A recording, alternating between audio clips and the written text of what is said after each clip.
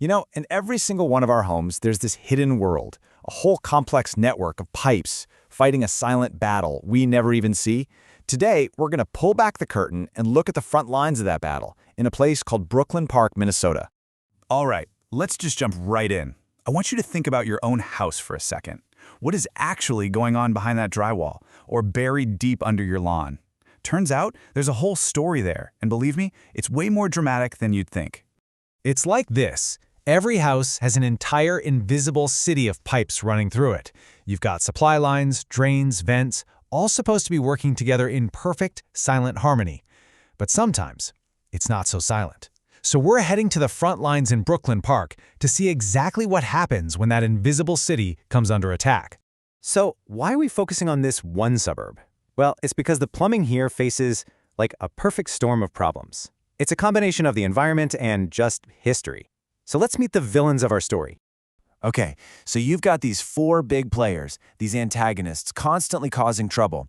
You've got the absolutely brutal Minnesota winters, the tricky clay soil the houses are built on, an infrastructure that's, not getting any younger, and all this pressure from a high water table. Any one of these is a major threat on its own. First on the list, and no surprise in Minnesota, is the cold. We're talking brutal, sub-zero temperatures.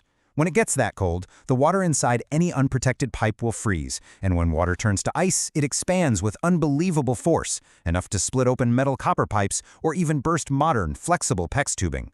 The real disaster hits when it thaws. It's not a drip, it's a full-on indoor flood. Then you've got this villain creeping in from the past, old, aging pipes. A lot of the homes built before the 80s have these galvanized steel pipes, and over the decades, they literally rust from the inside out. It starts out small, you might notice low water pressure or kind of rusty water, but it always ends in total failure. It's a ticking time bomb. And it's not just what's in the walls, it's what's under the house. Brooklyn Park is built on this heavy clay soil, so when it gets wet, it expands, and when it dries out, it shrinks.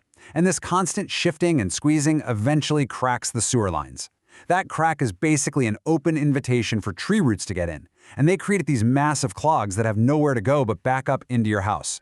And last but not least, you've got water, and lots of it. The city's right near the Shingle Creek watershed and the Mississippi River, which means the water table is really high. So when you get those heavy spring rains, that groundwater rises, and the only thing standing between a dry basement and a flooded one is a little machine called a sump pump. If that pump fails or just gets overwhelmed, you're looking at thousands of dollars in damage.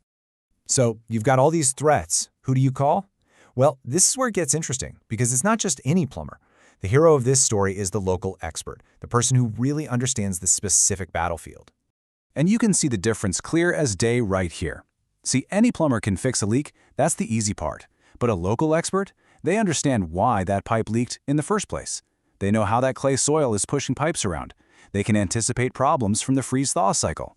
They even know the specific, sometimes quirky, permit rules for Brooklyn Park, which saves homeowners a world of headaches. And their whole approach, their whole method is different. It's this really solid three-step process. First, they do a rapid diagnosis, using stuff like cameras to find the actual root cause, not just the obvious symptom. Second, they do the repair, the right way, with quality parts that can stand up to Minnesota's tough codes. And this last part is so crucial. They test the whole system. They're making sure everything is perfect before they even think about leaving. Okay, so because they have this local know-how, they don't just have one plan. They have specific strategies for every kind of crisis, because not every problem is the same. First up, you've got the emergency response. Think of these folks as the first responders, the paramedics for your house. This is for when things go really, really wrong. A pipe bursts in the dead of a January night, the sewer backs up, or you have a gas leak. The goal here is simple: speed and damage control. Then there's the flip side, system upgrades. This is all about playing offense instead of defense. It's about strengthening your home's defenses before disaster strikes. We're talking about replacing those old galvanized pipes before they fail, or putting in a new water heater before the old one decides to flood your basement. And then you have this whole other area, commercial plumbing.